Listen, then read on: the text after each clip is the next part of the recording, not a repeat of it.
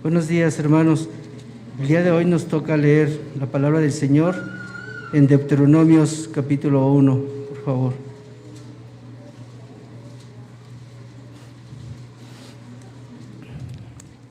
Dice así su santa palabra del Señor. Estas son las palabras que habló Moisés a todo Israel a este lado del Jordán, en el desierto, en el Araba, frente al mar Rojo, entre Parán, Tofel, Labán, Hazeroth y Disab. 11 jornadas hay desde Horeb, camino del monte de Seir, hasta Cades Barnea. Y aconteció que a los 40 años, en el mes 11, el primero del mes, Moisés habló a los hijos de Israel conforme a todas las cosas que Jehová le había mandado acerca de ellos. Después que derrotó a Sehón, rey de los amorreos, el cual habitaba en Hesbón, y a Og, rey de Basán, que habitaba en Astarot, en Edrei, de este lado del Jordán, en tierra de Moab, resolvió Moisés declarar esta ley, diciendo: Jehová nuestro Dios nos habló en Horeb, diciendo: habéis estado bastante tiempo en este monte, volveos e id al monte del amorreo y a todas sus comarcas, en el Araba, en el monte, en los valles, en el Negev, y junto a la costa del mar, a la tierra del Cananeo, y al Líbano, hasta el gran río, el río Éufrates. Mirad, yo os he entregado la tierra, entrad y poseed la tierra que Jehová juró a vuestros padres, Abraham, Isaac y Jacob, que les daría a ellos y a sus descendencias después de ellos. En aquel tiempo yo os hablé diciendo: yo solo no puedo llevaros, Jehová vuestro Dios os ha multiplicado, y he aquí, hoy vosotros sois como las estrellas del cielo en multitud. Jehová, Dios de vuestros padres, os haga 1000 veces más de los que ahora sois, y os bendiga como os ha prometido. ¿Cómo llevaré yo solo vuestras molestias, vuestras cargas y vuestros pleitos? Dadme de entre vosotros, de vuestras tribus, varones sabios y entendidos y expertos, para que yo los ponga por vuestros jefes. Y me respondisteis y dijisteis: bueno es hacer lo que has dicho. Y tomé a los principales de vuestras tribus, varones sabios y expertos, y los puse por jefes sobre vuestros jefes de millares, de centenas, de 50 y de 10, y gobernadores de vuestras tribus. Y entonces mandé a vuestros jueces diciendo: oíd entre vuestros hermanos y juzgad justamente entre el hombre y su hermano y el extranjero. No hagáis distinción de persona en el juicio, así al pequeño como al grande oiréis. No tendréis temor de ninguno, porque el juicio es de Dios, y la causa que os fuere difícil la traeréis a mí, y yo la oiré. Os mandé pues en aquel tiempo todo lo que habíais de hacer. Y salidos de Horeb, anduvimos todo aquel grande y terrible desierto que habéis visto, por el camino del monte del Amorreo, como Jehová nuestro Dios nos lo mandó. Y llegamos hasta Cades Barnea. Entonces os dije: habéis llegado al monte del Amorreo, el cual Jehová nuestro Dios nos da.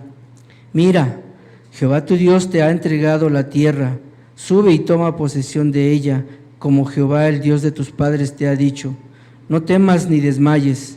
Y vinisteis a mí todos vosotros y dijisteis: enviemos varones delante de nosotros, que nos reconozcan la tierra, y a su regreso nos traigan razón del camino por donde hemos de subir y de las ciudades a donde hemos de llegar. Y el dicho me pareció bien, y tomé 12 varones de entre vosotros, un varón por cada tribu. Y se encaminaron y subieron al monte, y llegaron hasta el valle de Escol, y reconocieron la tierra. Y tomaron en sus manos del fruto del país, y nos lo trajeron, y nos dieron cuenta, y dijeron: es buena la tierra que Jehová nuestro Dios nos da. Sin embargo, no quisiste subir, antes fuisteis rebeldes al mandato de Jehová vuestro Dios. Y murmurasteis en vuestras tiendas, diciendo: ¿por qué Jehová nos aborrece? Nos ha sacado de tierra de Egipto para que entremos en manos del amorreo para destruirnos. ¿A dónde subiremos? Nuestros hermanos han atemorizado nuestro corazón, diciendo: este pueblo es mayor y más alto que nosotros. las ciudades grandes y amuralladas hasta el cielo, y también vimos allí a los hijos de Anac. Entonces os dije: no temáis ni tengáis miedo de ellos. Jehová vuestro Dios, el cual va delante de vosotros, Él pelea por vosotros, conforme a todas las cosas que hizo por vosotros en Egipto delante de vuestros ojos. Y en el desierto has visto que Jehová tu Dios te ha traído como trae al hombre a su hijo, por todo el camino que habéis andado hasta llegar a este lugar. Y aún con esto no creísteis a Jehová vuestro Dios, quien iba delante de vosotros por el camino para reconoceros el lugar donde habíais de acampar, con fuego de noche, para mostraros el camino por donde anduvisteis, y con nube de día.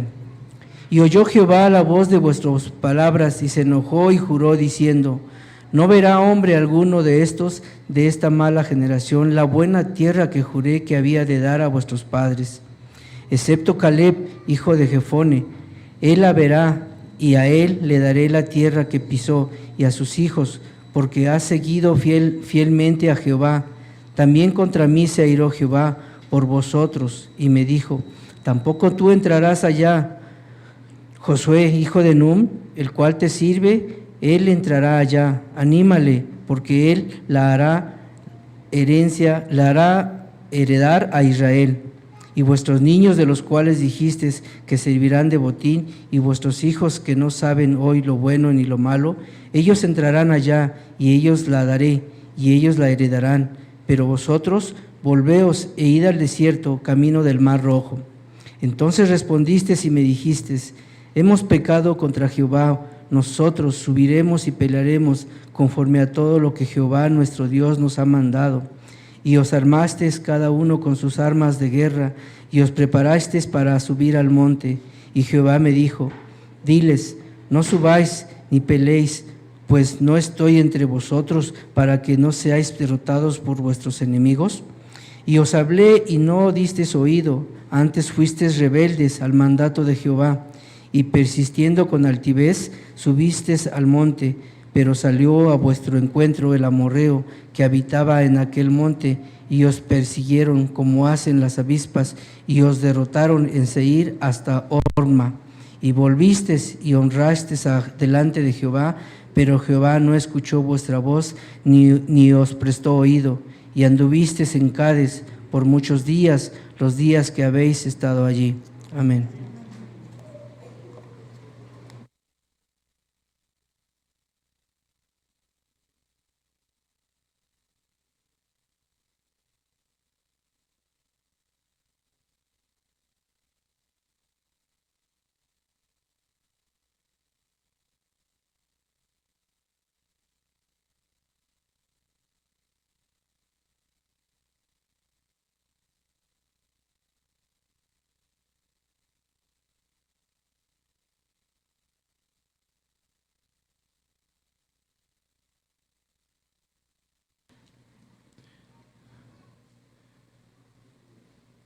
Bueno,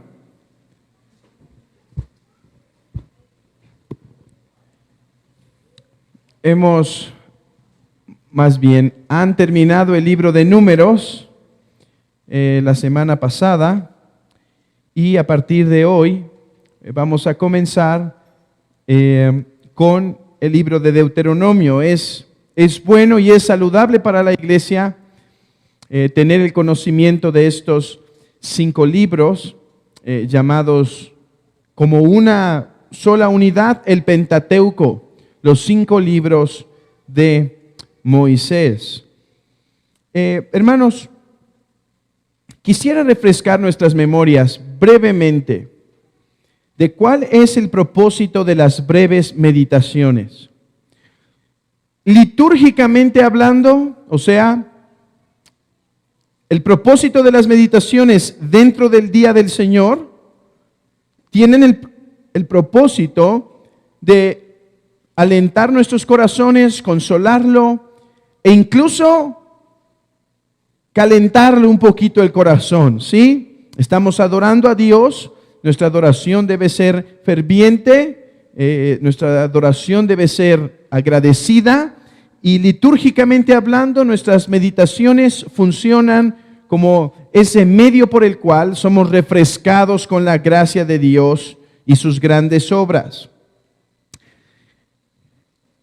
Ese es el propósito litúrgico de las breves meditaciones. Ahora, ¿cuál es el propósito teológico de las breves meditaciones? El propósito, hermanos, es que la iglesia pueda ver que el Antiguo Testamento es nuestro. He visto muchas páginas en internet de algunas iglesias que todas dicen, creemos que el Antiguo y el Nuevo Testamento es la palabra de Dios. ¿No es cierto?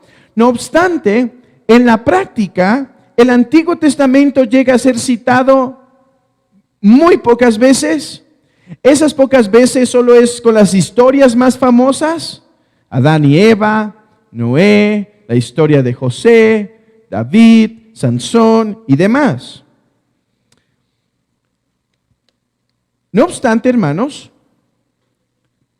cuando nosotros decimos que creemos que el Antiguo Testamento es la palabra de Dios, creemos que este es tan importante, relevante, autoritativo como el Nuevo Testamento. Y el propósito de las breves meditaciones es demostrar esto a la iglesia. Demostrar esto a la iglesia. Yendo por el Antiguo Testamento, queremos mostrar, por ejemplo, dos cosas. Que el Antiguo Testamento habla respecto de Cristo. Que el Antiguo Testamento nos apunta a Cristo de diferentes formas, de diferentes maneras. Pero el Antiguo Testamento dirige nuestros ojos hacia el Señor Jesucristo. Es por eso que cuando estamos en el libro de Números, o en Génesis, o en Éxodo, o en Levítico, nuestros ojos son constantemente guiados a ver cómo ese texto nos apuntaba hacia nuestro Señor Jesucristo. De manera que entonces el Antiguo Testamento es relevante para nosotros.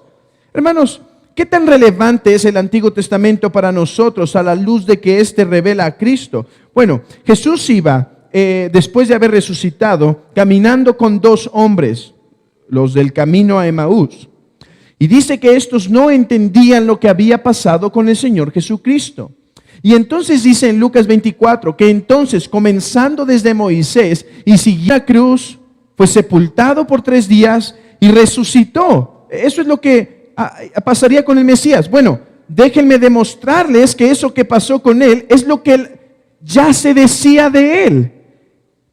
O sea, que cuando estamos viendo a Cristo en el Antiguo Testamento, no estamos torciendo las Escrituras, hermanos, las estamos interpretando como Cristo las interpretó. Y de esa forma, nosotros podremos ver que el Antiguo Testamento es relevante para nosotros. 2. ¿De qué otra forma estamos intentando demostrar que el Antiguo Testamento es relevante para nosotros? Porque estamos viendo que hay personajes, historias, leyes que nos instruyen todavía en nuestro día a día de cómo vivir. De esto habló el apóstol Pablo. ¿Recuerdan? En 1 Corintios 11, si no me equivoco, dice que estas cosas fueron escritas para nuestra instrucción, para nuestra enseñanza. De manera que en el Antiguo Testamento no solo tenemos imágenes de Cristo, sino además tenemos instrucciones, ley moral para nosotros. Y déjenme decirles algo, eso es lo que van a encontrar en Deuteronomio. Lo que van a estar viendo frecuentemente en el libro de Deuteronomio son leyes. Leyes.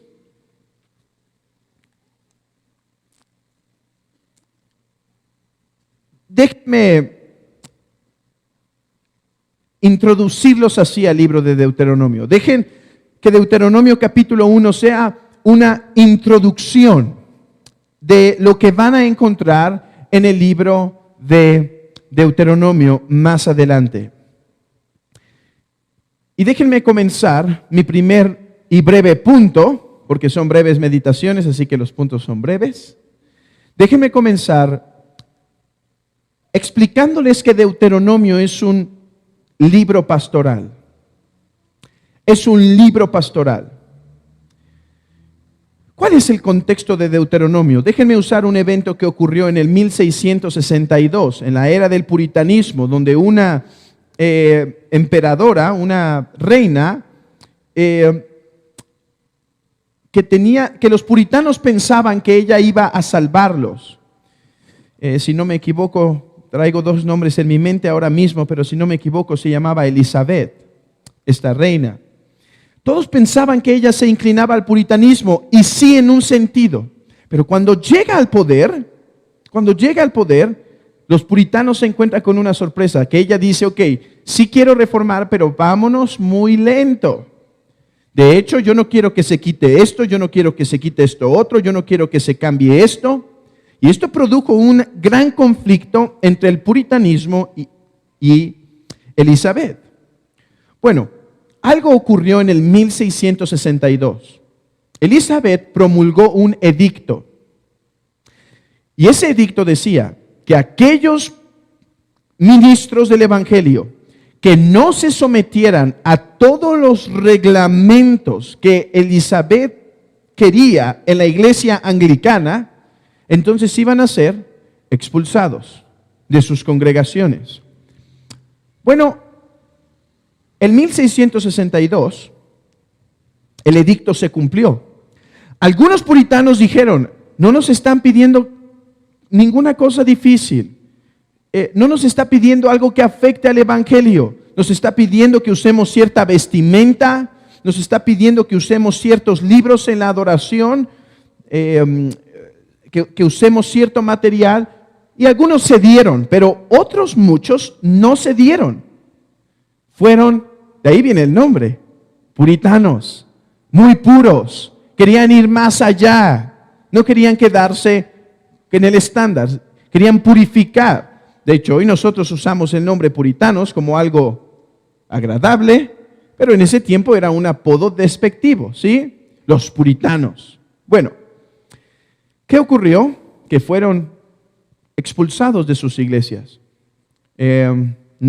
Pusieron reglas, no te puedes acercar tantas millas a tu iglesia, etc. De hecho, han escuchado de el famoso John Bunyan, ¿no es cierto? Bueno, él fue encarcelado en ese tiempo. ¿Sí?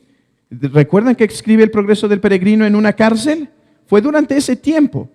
De hecho, es algo hermoso lo que pasa con él, porque venían los hombres y le decían, porque tenía una hija que no podía ver, venían los carceleros y decía, mira a tu hija, te necesita, deja de predicar esto así. Deja de hacerlo para que puedas salir y ayudar a tu hija. Qué cosas, ¿no?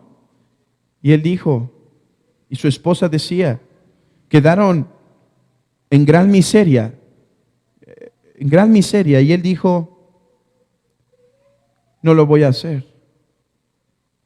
Se me quebranta el corazón, pero no puedo dejar de predicar a Cristo. Es que él no era un predicador con licencia.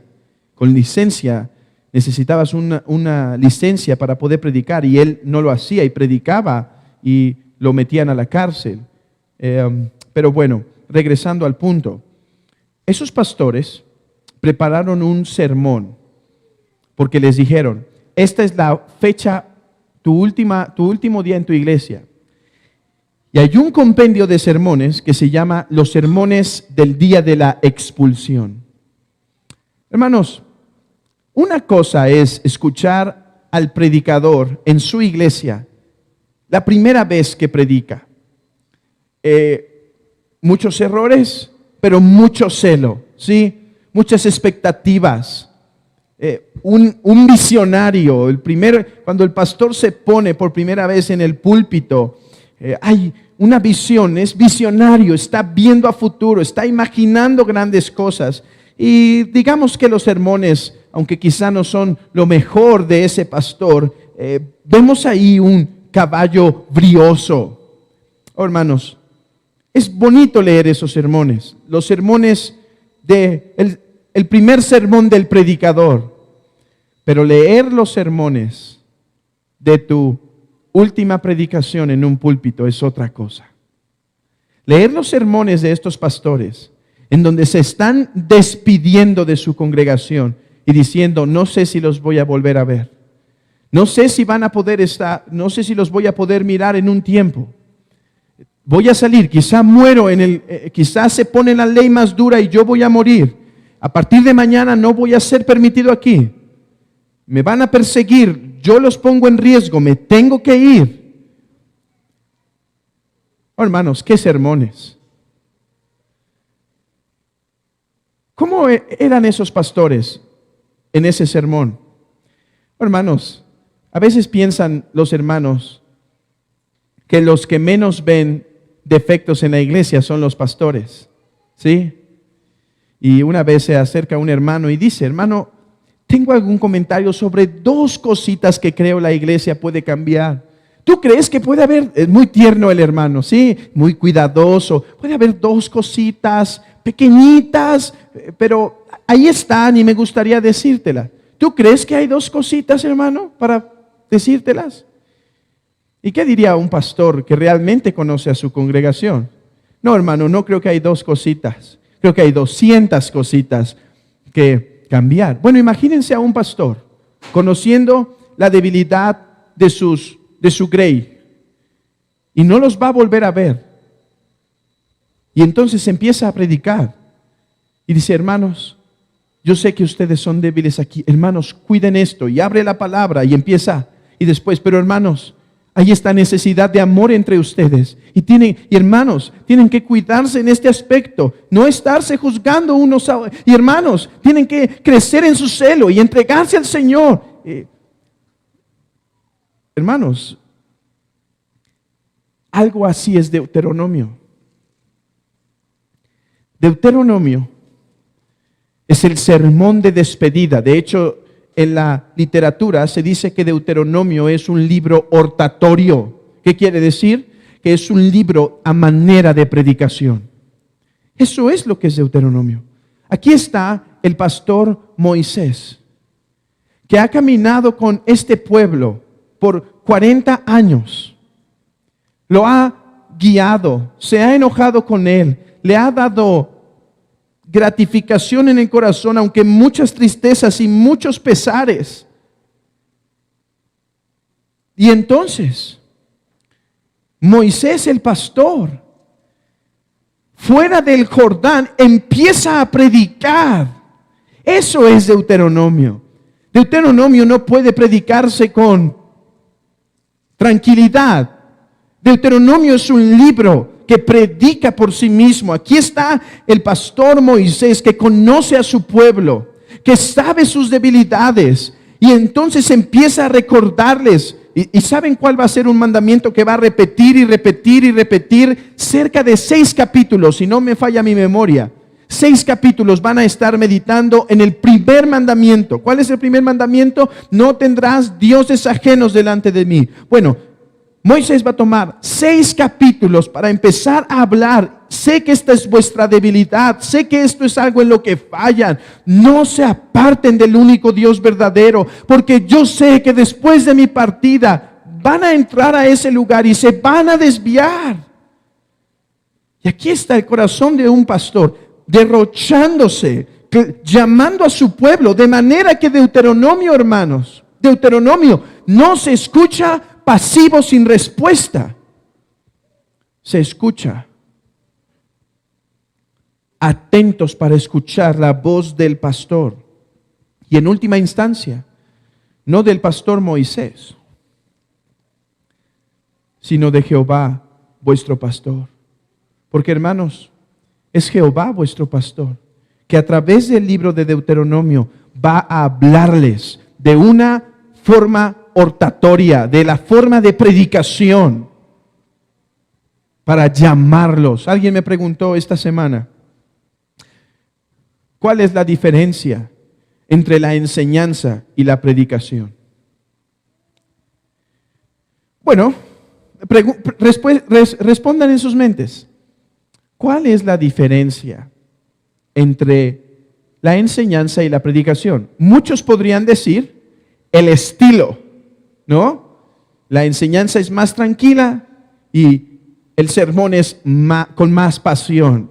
No creo que esa es la razón, porque hay algunos hermanos que predican muy tranquilos y no están enseñando, están predicando. Y hay algunos que no pueden no ser incluso intensos hasta en la enseñanza. ¿Cuál es la diferencia? Entonces, hermanos, que en la predicación, el predicador separa el nombre de Dios, expone la palabra y demanda una reacción, demanda obediencia, no a él, sino a la palabra. La predicación es una en donde no solo se instruyen las mentes y ya, sino una vez que la mente fue informada, ahora se dice, así es como reaccionamos a la luz de esto.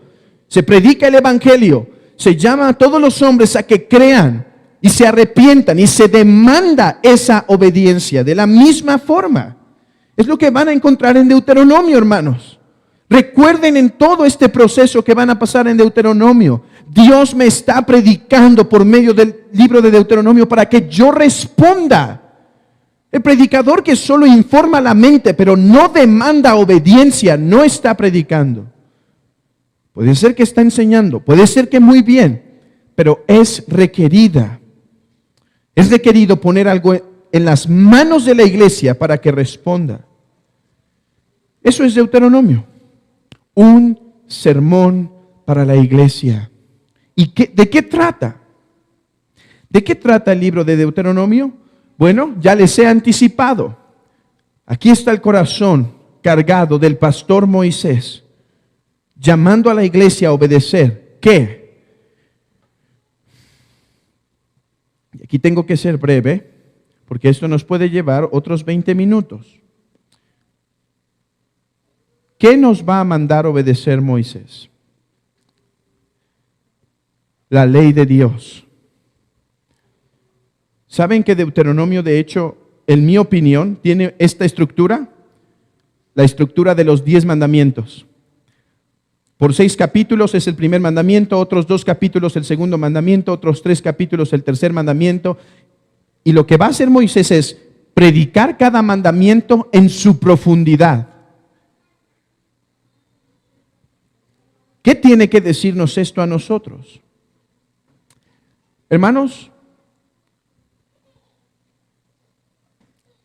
la iglesia debe obedecer la ley de Dios. Pero la iglesia obedece la ley de Dios en el contexto de un pacto. ¿Qué quiero decir? Hermano, que hemos sido salvados por gracia y que la salvación es sin obras, no quiere decir que por lo tanto nosotros no debemos obedecer la ley de Dios. Miren, aquí está el pueblo escogido de Dios en Deuteronomio que es llamado a obedecer la ley de Dios. Y nosotros en el nuevo pacto somos salvos por gracia, somos salvos sin obras. No te salvas por obedecer los mandamientos. Amigo, escucha esto. No te salvas por obedecer la ley de Dios. No te salvas por hacer buenas obras. No obstante, hermanos, somos llamados a obedecer la ley de Dios. Pero no olvidemos que nuestra obediencia a la ley es siempre bajo el contexto de un pacto. ¿Qué quiero decir? Hermanos, Dios descendió. Dios condescendió. Salvó a Israel y dijo, tú serás mi pueblo. Ya es su pueblo. Ahora, como mi pueblo, debes vivir de esta manera. El libro de Deuteronomio, además de tener la característica de un gran sermón, tiene la característica de un sermón de renovación de pacto. De renovación de pacto. ¿Qué quiere decir eso de forma muy breve y sencilla? Que lo que está haciendo Moisés es recordar al pueblo su privilegio de ser el pueblo del pacto y sus responsabilidades. Hermanos, por lo tanto Deuteronomio es aplicable a ti. No solo porque Jehová, el gran pastor, hablará por medio de este sermón a tu corazón, sino porque Jehová, el gran pastor, refrescará su santa ley en nuestros corazones. Hermanos, no para que la obedezcamos de forma legalista, como tratar de ganar mi lugar en el cielo por obedecer. Amigo, es imposible. Sino más bien obedeciendo, porque habiendo sido salvos por gracia, ahora nuestro corazón vive en gratitud para poder obedecer a nuestro Dios. Amigo, ¿qué significa que hemos alcanzado gracia?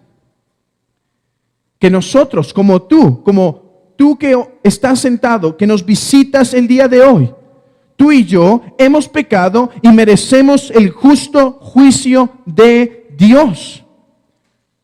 Nosotros también lo merecemos, pero decimos que hemos alcanzado gracia no porque hemos hecho algo bueno y ahora Dios nos quiere, no, sino porque a pesar de que hacíamos todo lo malo, Dios envió a su Hijo a morir en la cruz por nuestros pecados, y todo aquel que se arrepiente y cree en el Señor Jesucristo como su único y suficiente Salvador puede ser salvo y ser alcanzado a misericordia. Eso es el cristiano. El cristiano no es una buena persona que está intentando ganarse el cielo. El cristiano es un pecador de nacimiento que ha creído en el único sacrificio, en el único y suficiente sacrificio que puede darnos perdón de pecados, Jesucristo. Y habiendo obtenido esa gracia, ahora, hermanos, como Israel, de gratitud, obedecemos. Ahora, como Israel, de gratitud, obedecemos la santa ley de Dios. Y esto es lo que van a encontrar aquí. Un pastor, Jehová de los ejércitos, hablando por la boca de Moisés a su pueblo que tenía que dejar, recordándoles la santa ley de Dios. Hermano, me encanta predicar la gracia, porque es el sermón de los ministros de Cristo. Pero la gracia que predicamos no es una gracia, hermanos, donde ahora somos libres para hacer lo que queramos. Ahora somos libres para poder agradar y honrar a Dios. Hermano, has sido comprado por precio. Has sido comprado. Atendamos a esta palabra. Hoy recordemos que fuimos comprados, que no podemos caminar como nosotros queramos, que tenemos un llamado, un propósito que cumplir, que venimos, hermanos, que hemos sido llamados a esta vida a agradar a Dios, a honrarle, a buscar hacerlo sonreír. Ese es nuestro llamamiento.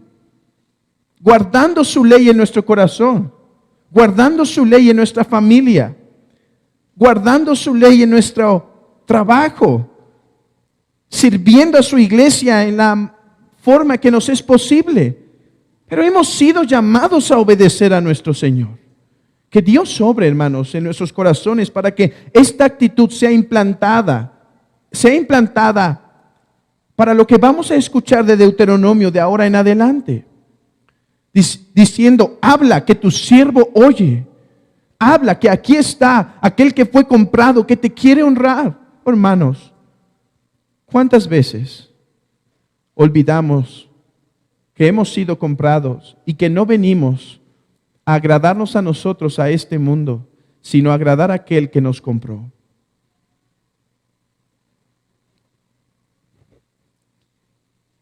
Cuando no olvidamos que estamos llamados para honrarle, sus mandamientos están de continuo delante de nosotros. Y los sacrificios a los que Dios nos llame a hacer no serán pesados ni gravosos.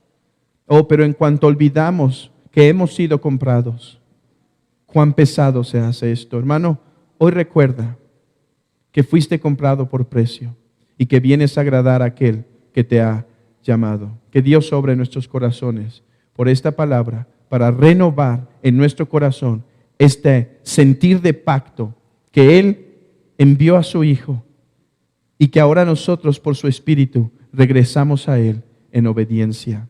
Amén. Continuemos, hermanos, con nuestra adoración.